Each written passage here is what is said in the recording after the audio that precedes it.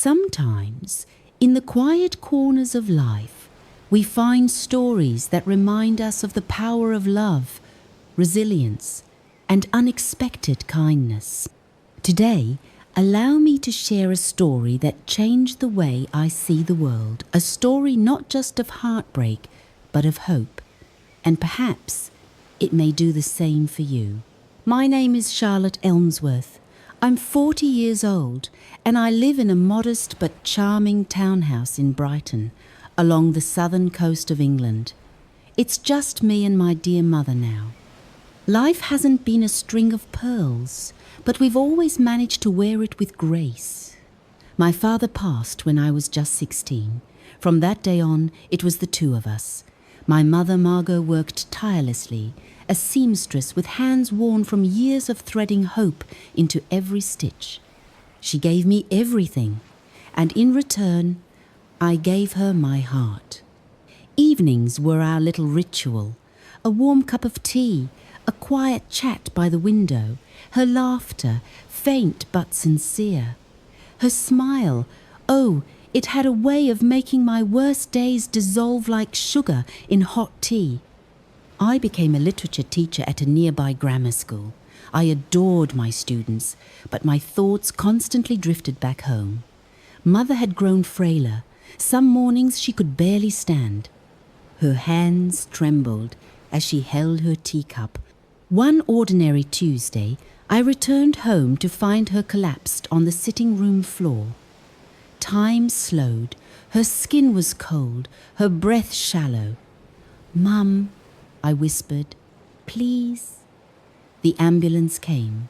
At the hospital, the doctor's words hit like cold rain. "Her heart is failing. She needs surgery soon, but it's quite costly. £20,000. It might as well have been $1 million. I took on more tutoring, cancelled holidays, sold books, clothes, little pieces of my life. It was never enough. One dreary evening, soaked from the rain, I found a letter in my postbox. No return address. Inside a note. "For your mother's surgery, take care of her." And along with it, £20,000. I trembled. Who could have done this? The next morning, we were at the hospital. The surgery was long, agonizing, but at last the doctor emerged, his eyes soft. "She'll be all right," he said. My knees gave out from relief.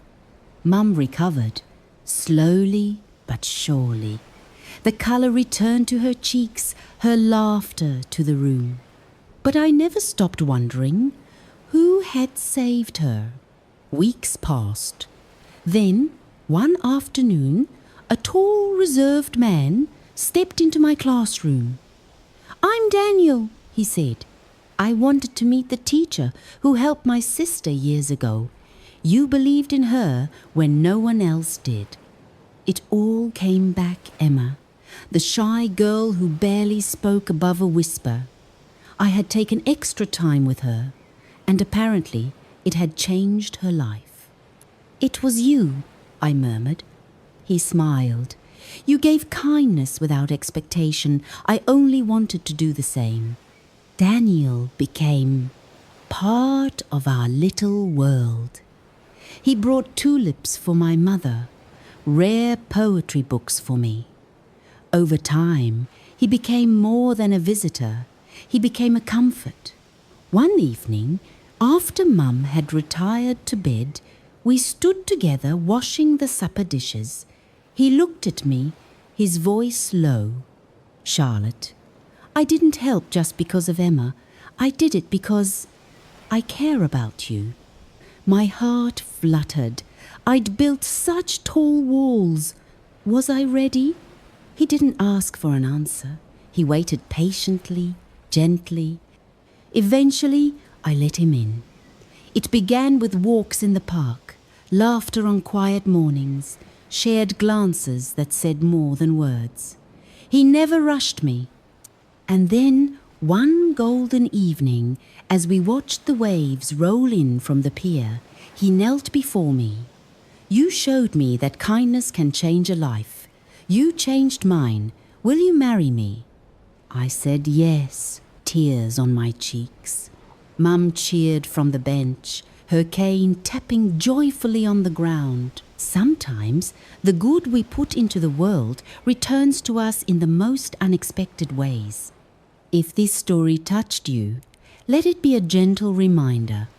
Kindness never goes unseen, and even the smallest act of care may become the reason someone finds their way again. Thank you for listening. Until next time, take care and be kind.